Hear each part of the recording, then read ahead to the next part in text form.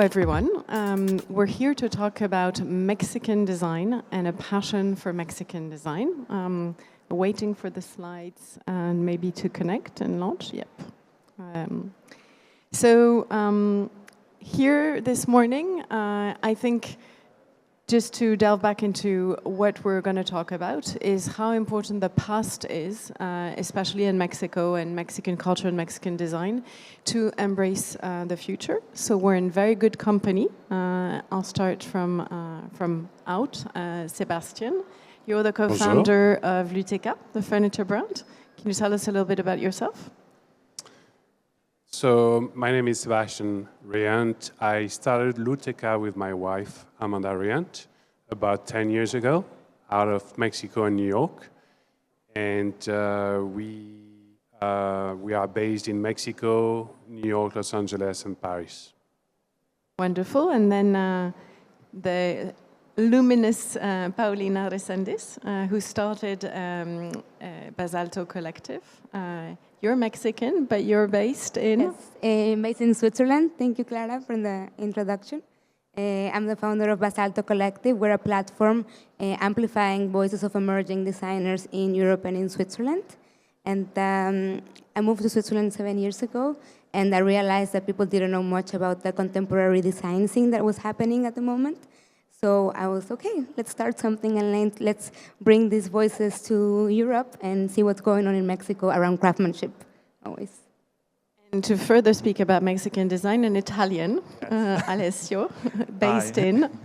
I am Alessio Nardi. I'm a furniture and interior design. I have a practice in London called A-nrd, and we do mostly hospitality projects.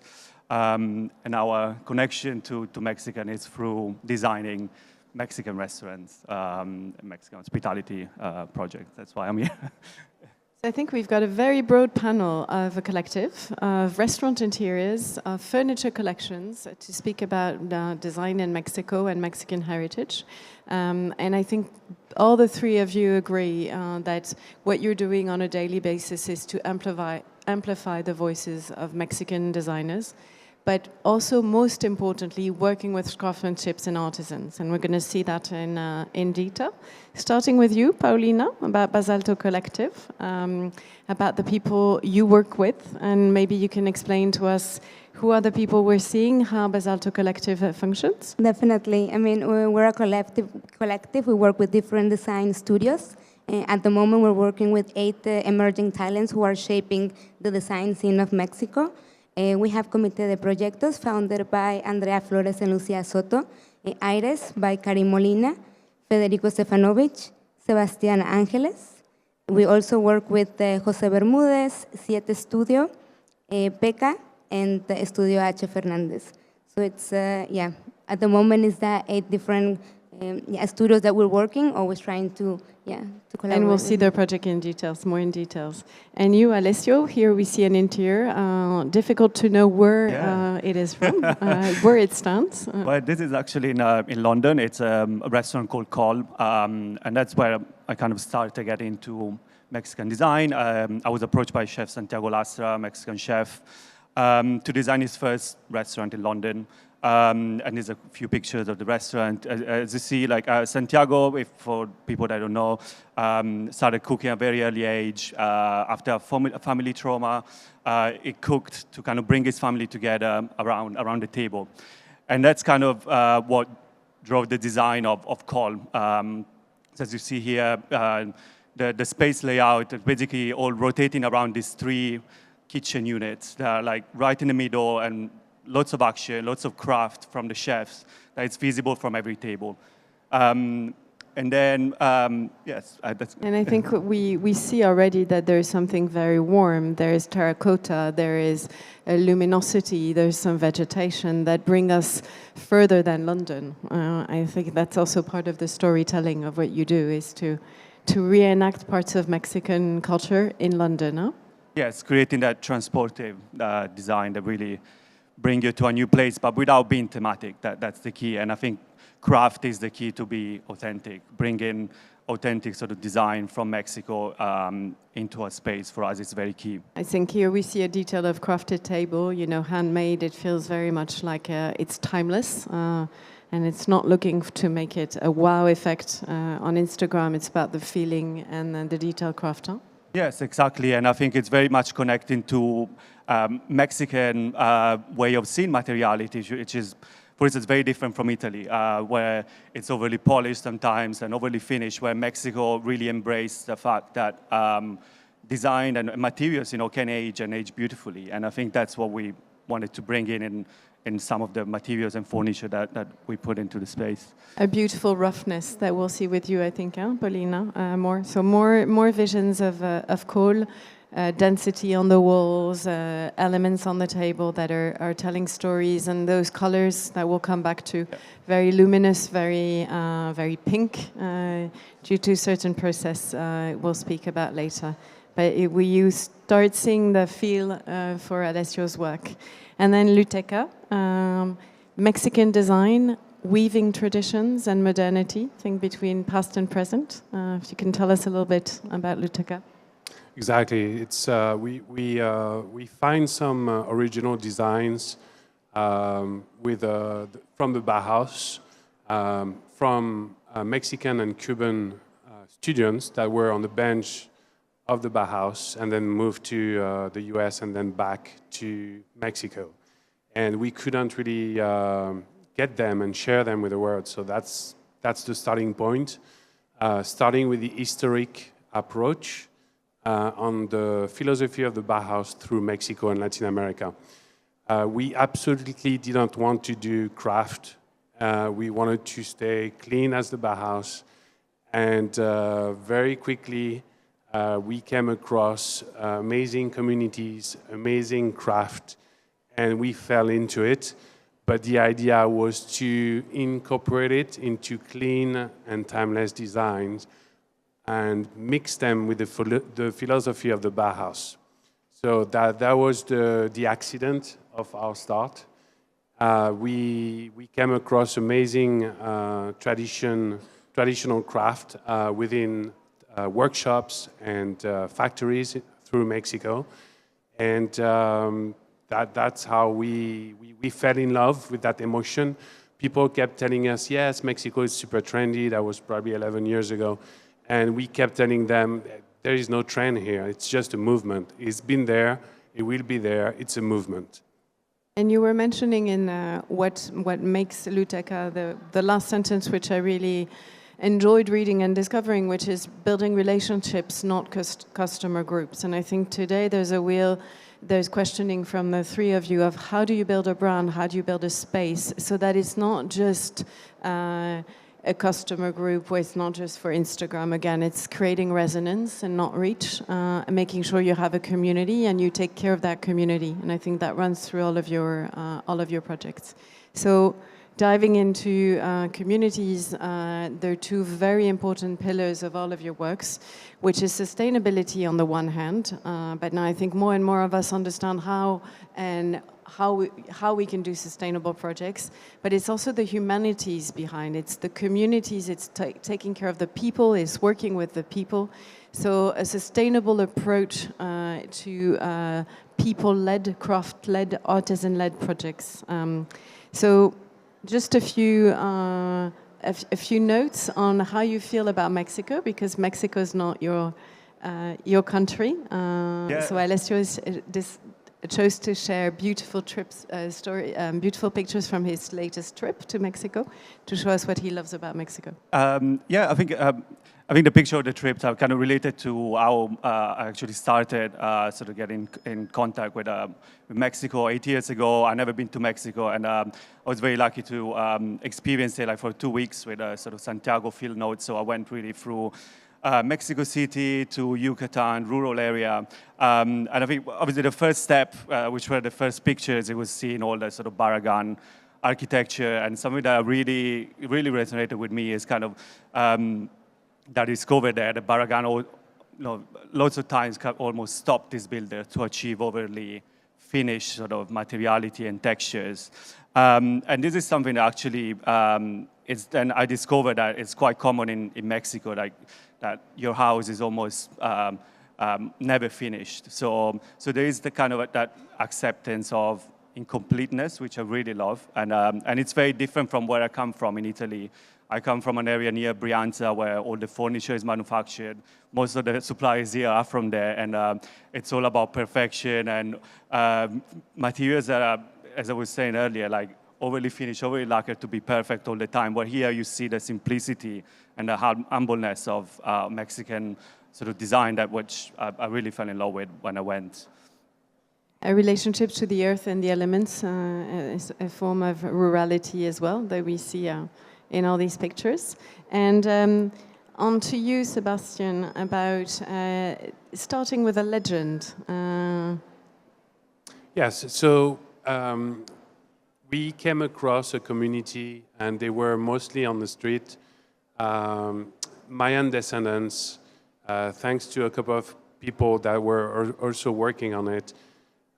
We found a technique from the 16th century before America was discovered, and it's ancestral, so that the language, the emotion was too strong for us to pass on it, and we just started the project just as helping out, financing a workshop. We didn't know where it would go. We absolutely didn't want to be labeled Mexican craft. So that was our challenge from the beginning. But quickly enough, it was also how we save that know-how.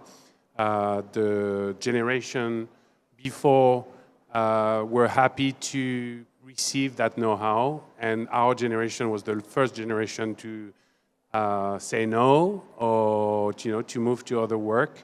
So the idea was to create also a transmission program for the younger generation. We lost this year 2 of our artisans. One of them is on the picture, Don Nacho, but another one, so 70, 80 plus. That's super important for us to keep this alive. And that's why we also need to integrate it into modern contemporary projects and not just craft. So we're seeing here a beautiful example of something that started 400 years ago with a technique, and that is reinterpreted to be part of the legacy, the contemporary legacy of Mexican design today. So this is the woven collection with ancestral techniques by Luteca. And this is their designs, not ours. Very good point. I think we see working with the communities, it means, spending time with people. It means embracing the childs around them. It's sharing time. It's not life polished on magazines. It's a lot of shared time, I think. It is. You have to follow your guts, and you have to push doors. And on to you, Paulina. I see you nodding and saying, yes, yes, yes, I spend a lot of time. So you don't design or craft per se, but you bring together the best who craft and design. So I'm sure you see even more crafts studios and... Yes, I mean, with the designers that we work with, we like to go and also visit the studios and the workshops that are like with who they're working with. And it's, as you mentioned, like the relationship that they have with these artisans and local workshop is so deep because they get to know each other so well and they learn from each other. I mean, here we see on the left side, Comités Proyectos wood workshop, but then on the right is Federico with Maria, who is working in the metal workshop for over 10 years. And this relationship that they built through the years, it's something, I mean, they learn from each other. The artisans bring all the knowledge about the materiality and the techniques, and then you have the designers who are bringing the vision of what they want to create. And as the theme of this year's Maison&Objet, Past Reveals the Future, you have this generational and techniques, traditional techniques that have been there for many, many years, and then come the designers to bring a vision that makes a timeless piece, a contemporary piece. So it's really beautiful how they work together, and they yeah, it's part at the end of their creative process at the same time. They receive feedback, they go back to design something, they go back to the artisans, and it's back and forward where they, to create something unique, very rooted in tradition. And for example, we have a studio based in Mexico City, Comité de Proyectos. As mentioned, is Andrea Flores and Lucia Soto. And part of their creative process starts with a deep research. So they look into social aspects, into memories when they were growing up, daily life, to create a concept for their collection and to create a concept for each piece. So everything that they do at the end has such a deeper meaning than what you just see and has a story to tell. And this is their showroom in Mexico City, near Reforma. If you're ever in Mexico City, it's worth going and take a look at the pieces. And their philosophy centers in using natural materials and manual processes. They really want to do longevity pieces that are going to be timeless and they're going to stay forever with you.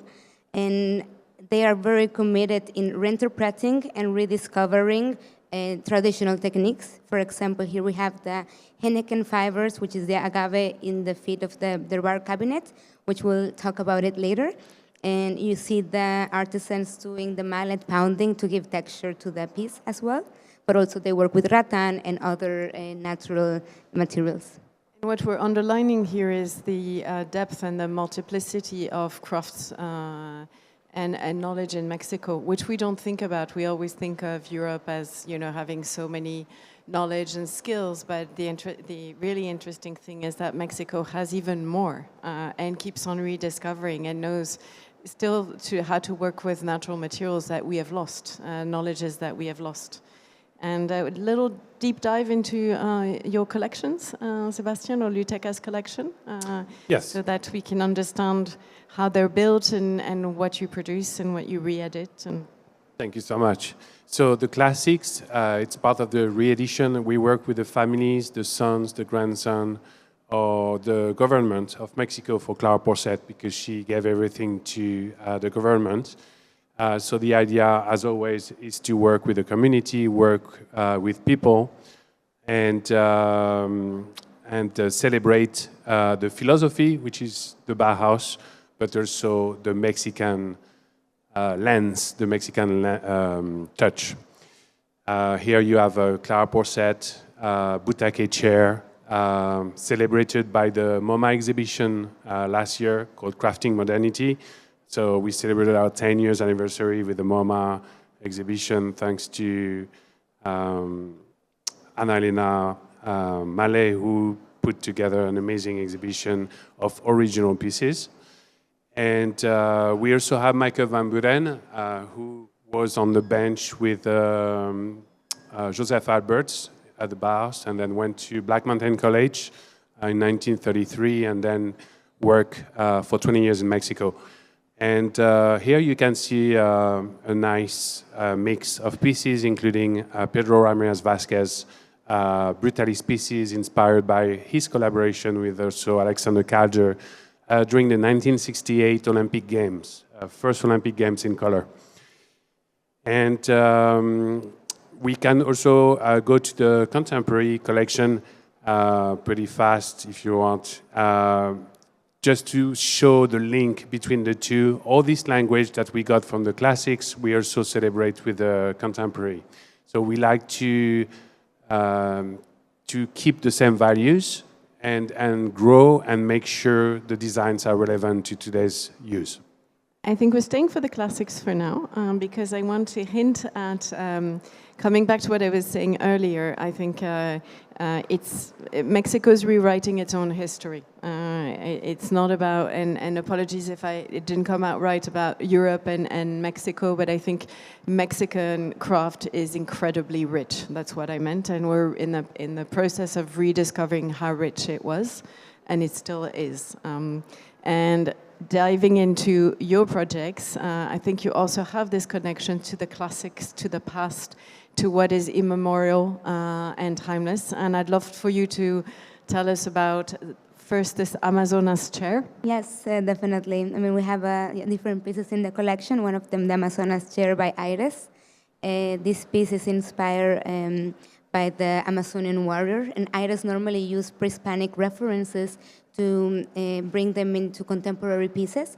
And we see part of the details and the shape. It has this ceremonial aspect, and in a way also trying to bring this woman empowerment to the piece. It's worked in travertine, and it's all made in Puebla, Mexico, by a group of artisans who have been working with the stone for many years. It's all handcrafted, in Puebla.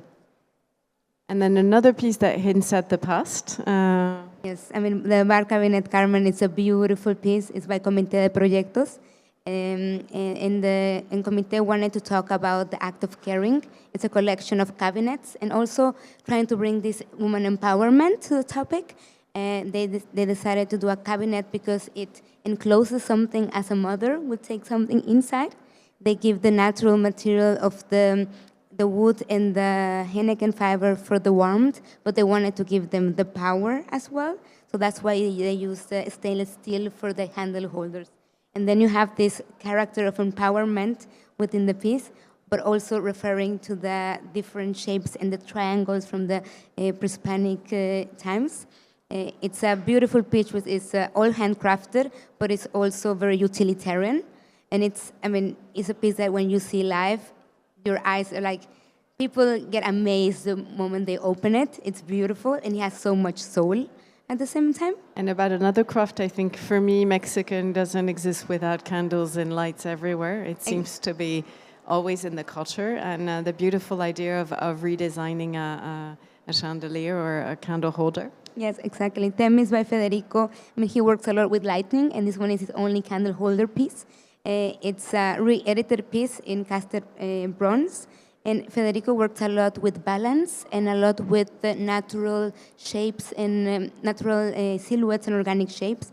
Here we have a bit of like antler and bones, and would you see that, he wanted to give this sense of like craft, leaving all the imperfections to the piece, which is what makes it very unique. And here we see the recurring balance situation with the lighting that he designed with a metal, with the master cabinet maker in Iztapalapa, Mexico. And I think what is interesting or amazing about this piece is you look at it and you see Alexander Calder, and you don't know from what era it belongs, and it's completely modern and incredibly 100%. timeless already. Yes, you see here the silhouettes that he wants to approach, and how it's all handmade. So now, into the contemporaries. Those are new pieces, new editions. Yes. Working with maybe a little bit more freedom and less families. Yes, I think the freedom is there, but it's also we have a certain knowledge of what today's furniture world needs, but we always wanted to refer to architecture, design, start from a common point, common language, and then do our own interpretation. So I really like how our designers work, and always starting from a pyramid, from a wall, from a plant. That's where we all come from. So I like that. That's it. So now diving into working with chosen materials and artisans, we've looked at pieces, we've looked at a bigger picture, and now I want to get into the materiality of things. Paulina, you've just worked on two new commissions that are very different with two very different materials, and I'd like to learn a little bit more about it. Definitely. This was, they were both discovered last year with a trip to Mexico during Art Week, and then in Milan last week, where we saw Pekka's new collection, and also Sebastien. And here we have one of Pekka's newest limited edition piece, which is Trono. It was designed by Jeff Martin and crafted by Pekka, and it's inspired in the megalithic sites, and it invites people to pause and take a moment. And it's a beautiful process. It was actually made by clay in a small version. If you see the slide after, you see the image of the piece, like the size of it, and then they translate it into like one monumental sculptural piece. It's one solid volcanic stone, and it's all handcrafted around Guadalajara with people that have been working with volcanic stone for ages. And then we have very, very different, the collection from Sebastián Ángeles, the Frequency collection. he decided to go for sound frequencies for his new collection, and to each piece that he was designing, he gave a frequency. And then with each frequency, he decided to put a vibration with sand to create patterns. And out of these patterns, the silhouettes of the collection came out. So it's really interesting because for the lounge chair, for 432 hertz lounge chair, it's a frequency of harmony. And if you sit in that chair, it's really comfortable and it's really something special that you wouldn't tell by looking at it. And it's something about these pieces that have so much emotion, not just by, I mean, they're beautifully and they look amazing in any space, but when you touch them, when you see them, when you actually interact with them, is what makes the difference. And I think that's really behind each piece that is made with a passion and with the heart, with the artisans. I think you were all saying that you're trying to push forward Mexican design, and we've got two great examples. We're going from volcanic stone and megalithic sites to create something that's an art form, and then sound frequencies that have always existed into something very contemporary and very unique in its form. And I think on to you, Alessio, there is this idea of resonance with the past, and we're looking at Santiago Lastra's second restaurant, which is more accessible, called Fonda, and there's a meaning behind Fonda. Yes, this is the second project that we've done with Santiago. Actually, it opened last year. As Clara was saying, it's a much more accessible sort of restaurant. And it's called Fonda. So Fonda, Mexico, are very sort of cultural sort of places, that are actually community restaurants where traditionally almost family open up their own kitchen to neighbors and strangers to offer them food and bring sort of that community together, which was very beautiful. So for us, the key was really sort of creating that kitchen that was a special moment, again, in the middle of the restaurant, bringing that community together, and this is a view of the kitchen. And for us, what we really saw, I think, in terms of materiality, is something that I've mentioned before, and I think you can see also in some of the furniture that we saw, both from Basalto and Luteca, that it's kind of that simplicity and that straightforwardness that you can really sense in Mexican design. This is some example of furniture we actually made for Col. As Col was I would say a fully bespoke project. And sometimes when you work in this kind of commercial projects, you don't have the time to create everything with artisans. So we have to rely on people that we know that in Europe, and so we created a furniture collection also that is inspired by Mexico but made in Europe. But again, what we like to bring is always that element of craft. So if you see in all our projects, there's always that collaboration with local artisans. So in Fonda, for instance, Fonda was a big example of creating a platform for young Mexican designers and craft. Here, actually, a picture that I really liked. I really like working with Melissa, who's on the right side there. I discovered her online, actually, through the website, and what really caught my eye was when I was reading the About section, it wasn't about her, but it was about all the people that create her pieces. And when you read the description, it's very poetic. You have all this, like, for instance, there's a mother doing the woven pieces, the sister that is doing the ceramic, the husband that is not a craftsman but is looking after the website. So there is that sense of community, which I really loved, and it was great to bring her into the project and bring all this kind of ancestral-inspired sort of objects into the space.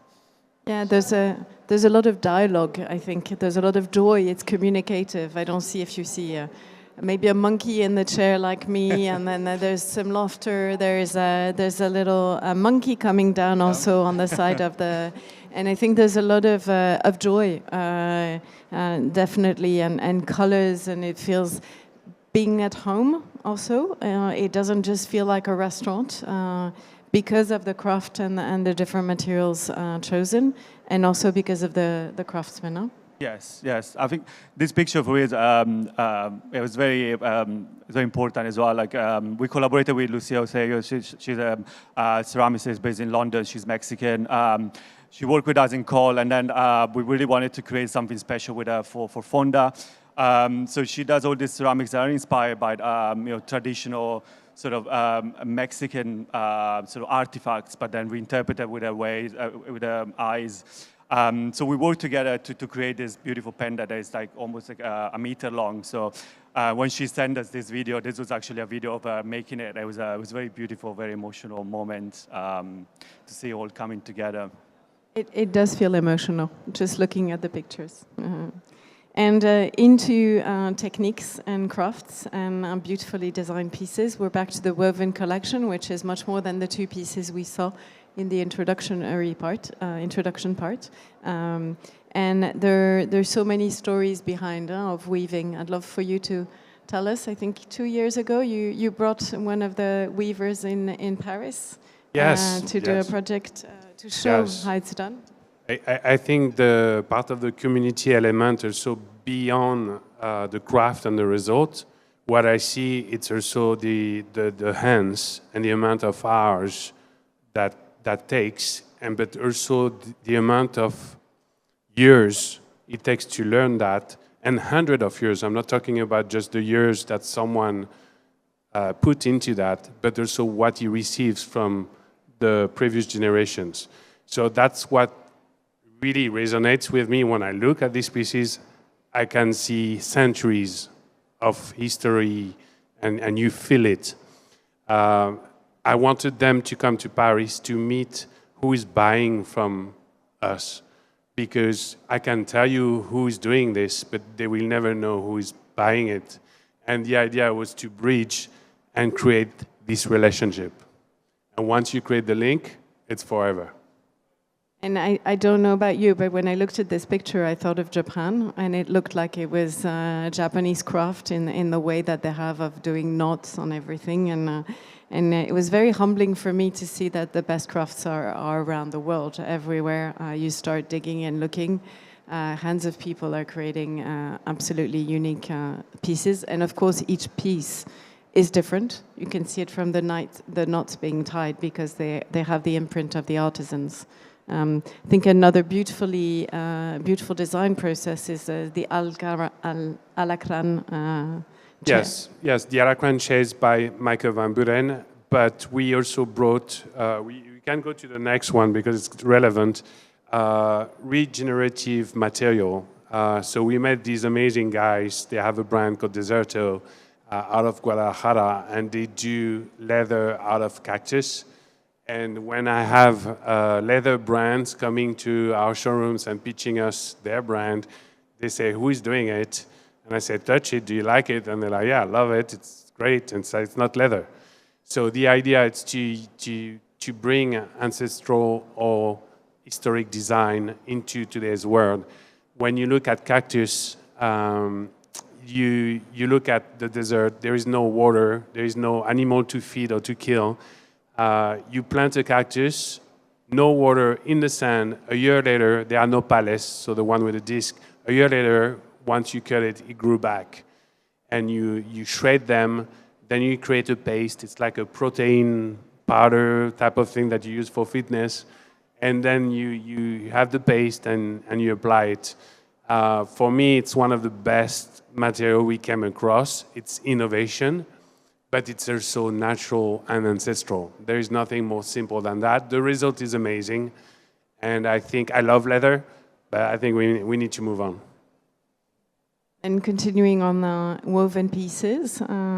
So another ancestral know-how that we keep having in our transmission program, it's palm.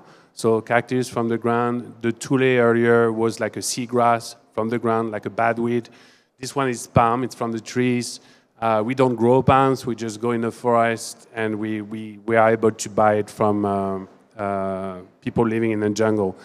The difference with us is we don't buy rolls, there is no chemicals on it. When we weave on the door, we roll the palm and weave it directly on the door. That means it's way more resistant than any other weaving. So you can do doors, but you can also do a seat. And that's what we like about it. And the previous elder person before, his name is Don Carlos. He's been amazing. And I will have a story a bit later, I think, when we talk about community. And apologies, the videos don't seem to be working. I'm trying, but it doesn't work. Right. So, and then moving on, I think there's a bigger vision from all of you. Is not just to design pieces, is to move. And collections is really to create platforms that are open to craftsmen, to creating new relationships, to creativity, to collaboration, almost as if you didn't know what was coming up next. It feels like all of you are very open to new collaborations. So here I think we see Luteca very differently mixed into daily interiors. It's less the contemporary vision we have of the collection, and we see how it blends in, how it becomes, how it is in resonance with other crafts. It's the emotion and the people behind it. I think that's the link. This is Miguelito bar stools. I think we're back at Cole to talk about the number of craft, of surfaces, of how it was a global platform for craft. And I think we're going to deep dive into the project with Fernando Lapos. Yeah. I'll skip to, Yes, that was a great, I think, for us connection that we built first when we designed Cole. So we actually been introduced to Fernando by Santiago, as they met before, and we really loved his work, so it was great to... Fernando Lapos is a Mexican-based designer who studied in England and who's about regenerative design using ancestral techniques, Mexican techniques, and giving back not only to the people but to the land, regenerating land and regenerating communities. And he has a couple of projects, and here we see one in the background. Yes. If you can... Yes, this is actually for Cole. We really focus on exploring this technique with Fernando. He developed this material that you see at the back. Then it became an artwork, but then he uses also as a furniture, etc. So what you see is actually a marquetry made of corn husk. So as you see here, so it's all sort of heritage corn, has different colors. And literally sort of very simple sort of create these marquetry pieces which become an artwork and a material that can be used in different ways. So in Cole, we had at the entrance, we really wanted like a large statement piece. And that's where what we see here right behind the reception. And also we were sort of brainstorming of bringing it into other spaces. And that's how we kind of created together 4 lighting, which they are actually here in the private dining area. So it's a very sort of intimate space with its own private kitchen. And we have these 4 tables that they go together as one big sharing table as well. So we wanted this kind of linear sort of lighting piece to kind of bring the design together, and we collaborated to create this shape made of then the same materiality as we've seen upstairs with this beautiful organic marquetry. And so the pink, where does the pink come from? So, and this is a picture from Fonda. So immediately when we started designing Fonda, we connected back to Fernando. We wanted to bring into the project. We had this huge wall that really screamed, you know, okay, let's put an artwork here. And we were brainstorming with Fernando. He was doing like some really beautiful new marquetry with avocado skin, which we really loved. But then we kind of settled to go a different direction, creating something more ethereal. So he created these 4 wall hanging pieces that are all like organza, which is all dyed with basically like a red bag that is a Mexican sort of native bag. So it's all a fully natural material that then it comes together in this patchwork And it's very beautiful. There's a transparency, there's the color depth. When you see it, it's very impressive. The cochenille. Cochenille, Cochenille. yeah. And it's the same process that he Yes. used to color those little beasts made out of the agave. I think we saw them with you in the chest, in the cabinets. So we have, again, here agave, which is 100% Mexican fiber from from sizzle plants. This is Pancho, by the way. It's been renamed. He's named. He's been renamed. And I think here we're seeing Basalto Collective live in your space in Zurich, and saying that it's not only about being in ateliers and being in Mexico, it's also about sharing with the Swiss community your passion for Mexican design. Definitely. I mean, this was our first exhibition in 2024. It was Echoes, Bridging Craftsmanship and Contemporary Design. And we invited 8 Mexican designers and 8 Swiss designers to present pieces all around craftsmanship. So it was how are emerging designers seeing craftsmanship nowadays, and to be able to see the different cultural perspectives around it. And it was a beautiful dialogue with over 25 pieces. And it was very interesting because seeing the similarities and contrasts, people sometimes wouldn't tell which one was Mexican and which one was Swiss. And as what you were saying, that it's, you can see all the, like how craftsmanship is all around the world. And it's beautiful to see how, like when you put them in, like in the same setting, how these talk to each other. And it was held in a beautiful villa in the hills of Zurich. We wanted to do it in a local place, but also for me, every time when I went to this villa and I was sitting in the garden, I was feeling in Mexico City, you know, this green vibe with the concrete and mid-century feeling. So I was like, this is a perfect place to bring people to Mexico within a space, and but still being in the middle of Zurich, Switzerland. So it was a really beautiful interaction with the Swiss designers and the Mexican designers, creating a cross-cultural dialogue and exhibition. And then last year we went to 3 days of design where we presented Native Matter. In Copenhagen. In Copenhagen, yes. And it was also to showcase pieces about materiality and how the designers work with the different local materials. And it was very interesting to see the feedback of the people. I mean, it was more of an international market as well, and how, these pieces were presented. And also during Copenhagen, we hosted a talk at the Soho House Copenhagen, where we had the chance to talk with 2 of the designers, Federico Stefanovic and Jose Bermudez.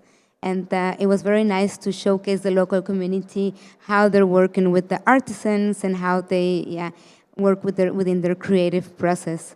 We can see here a couple of pictures at the Soho House there holding this talk. And lastly, at the end of last year, we did an exhibition called Extended Matter, which was a continuation of Native Matter from Copenhagen. And here again, we invited Swiss designers to talk about materiality within Switzerland. We have in the center of this image a Studio Idola, which is a multidisciplinary studio. They do a lot of research and work with wasted materials from the quarry of Switzerland to create new materials and create art objects out of it. For this exhibition, we also collaborated with the gallery in Zurich. So we brought art and design within one space and see how they were speaking to each other. Here we have the frequency collection, and in the slide before, it's you can see also a Swiss and a Mexican designers, both working with clay, both working with different techniques, but still like a very similar approach for the clay. And more of Extended Matter in Zurich. And so coming to the end of this talk, I want to ask each of you, what's next? I think for you, there's big news, Paulina. Yes, we're opening our showroom in Zurich. We will still be collaborating with the gallery, so we're going to have some pieces exhibited with the gallery, but at the same time, people will be able to see the rest of the collection in our showroom. So it's exciting news for the beginning of the year. A lot of Mexican design in Zurich. with new upcoming pieces. And for you, big projects too. Yes, we actually working on two hotels that are opening very soon. We don't have images yet, as we can't show. We're very excited about. We have two projects in Scotland and one in Copenhagen. Yes, I think talking about craft, actually, I wanted to finish with a little anecdote. In Copenhagen, actually, we were looking for local craftsmen to bring into the project, and we were looking for a sculpture to fit in the space, and I approached Tilde Generup, a local artist, and when we started talking to her and we told her where the place was, which is called Possiben, she mentioned that her father was working there. And so now, and he taught her how to work with wood, so now her pieces are back where his father used to work, which is beautiful, kind of full circle of our craft come back together. Full circle is would have been a great other title for the conference. And you, Sébastien? So we are focusing on sharing our inspirations over our products. So we just came up with a movie about Luis Barragan. It's a short movie. It's called El Color de la Luz. We invite you to have a look. It's in Paris. It's going to last 3 months, 7 Rue de la Banque.